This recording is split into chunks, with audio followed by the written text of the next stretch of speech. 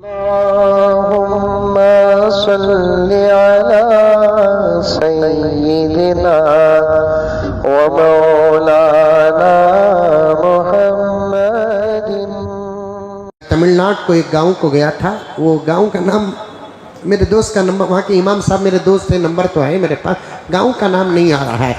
तो वहाँ गांव को गया था मैं। वो गांव सिर्फ 250 मुसलमान घरों का है, एक ही एक मस्जिद है, एक ही एक मस्जिद है। खरीब में गया था तो वो साथी मेरे आए थे बयान को, तो मुझे बोले तो बेंगलुरु को जाना नहीं बा मेरे साथ, मेरे दोस्ती ना पढ़ने का दौर, आओ बोलकर बुला लेकर चले गए। गया मैं, रात उनकी मस्जिद में ख़ियाम था। सुबह को फजर को उठे, ज़रूरत को जाकर आकर चप्पल वहाँ छोड़ने लगा मैं जहाँ सब चप्पल छोड़ते हैं। मेरे दोस्त जो इमाम मस्जिद थे उन्होंने कहा, नहीं नहीं मौलवी साहब यहाँ नहीं, हमारे चप्पलां छोड़ने की जगह अलग है, वहाँ छोड़ेंगे, आओ। इमाम आए तो चप्पल छोड़ने की जगह अलग, काम ही छोड़ना। मैं एक छोटा मजाक करया, या चप्पला चुराती क्या है, चुपके रहना मौलवी साहब, कौन भी सुन लेंगे, मजाक की तो आदत है ना मुझे। बराबर गए तो ये मस्जिद के बिल्कुल सामने, जो मस्जिद के सफ़े ख़त्म होती हैं, दरवाज़ा ख़त्म होता है, सहन ख़त्म होता है, वहाँ पापोश चप्पल छोड़ने का एक खालीन, वहाँ पर इमाम साहब चप्पल छोड़े, मुझे भी बोले तुम्हें भी यहाँ छोड़ो। मुझे बहुत अच्छा लगा, वो बहुत अच्छा लगा। फिर नमाज फजर मुझे ही पढ़ाना था, बयान भी करना था। नमाज पढ़ा कर बयान करके जब मैं वापस आया तो मदरसों की तरह हमारे चप्पल जब हम दाखिल होते वक़्त ऐसा छोड़े, नमाज पढ़कर आए तो ऐसा फिरा कर रखे हैं। मदरसा नहीं, मस्जिद, वो मदरसा नहीं, तलबा नहीं, मुसल्लियाँ ऐसा फिरा कर रखे हैं। मुझे बड़ा ताज्जुब हुआ। फिर कमरे को आए, फजर के बाद का वक़्त तो चाय का वक़्त होता है, तो चाय का वक़्त हो गया, चाय वगैरह आई। मैं पूछा क्या मौलवी साहब, बड़ा अच्छा लगा ना मंज़र। तो उन्होंने अपने गांव का हाल बताया। मौलवी साहब, हमारी मस्जिद में यही क़ानून है कि इमाम के चप्पल ख़ास जगह पर छोड़े जाएं, और ये चप्पल फिराने की आदत मैं आकर शुरू नहीं किया, ज़माने से चलती आ रही है, अल्हम्दुलिल्लाह। और एक बात है मौलवी साहब, यहाँ तकरीबन 20 से ज़्यादा बकरे के गोश्त की दुकान हैं। सब जने मस्जिद के ज़िम्मेदारों के पास आको लड़को झगड़ को बोलती हैं, हम ना एक दिन बारी देना हजरत को गोश्त देने की।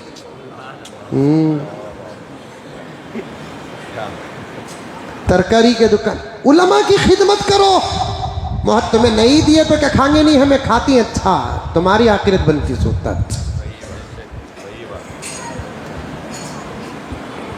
फुक़हा ने निकाह पढ़ाने की फ़ीस तक लिखे ही, आज उस फीस की कीमत तकरीबन 25,000 रुपये है।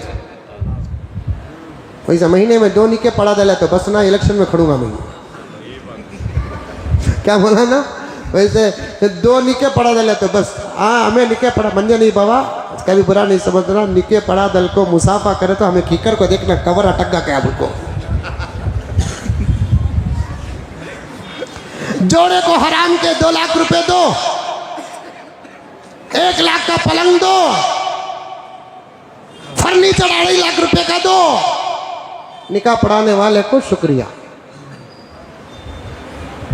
खैर बड़ी फजीलतें बताए।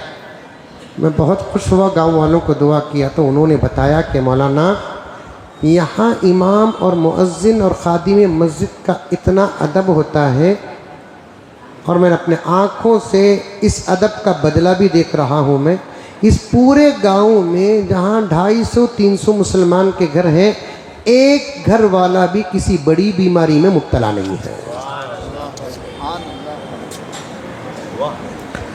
और सुनो, मैं नोट करके लाया हूँ, एक घर वाला भी किसी बड़ी बीमारी में मुब्तला नहीं है। और अल्हम्दुलिल्लाह मैं अब तक तकरीबन 12-13 साल हो गए यहाँ इमाम बनकर, मैं किसी को लंबी बीमारी में मुब्तला होकर मरते हुए नहीं देखा। 2-3 दिन का मसला होता है, आसानी से इंतकाल हो जाता है।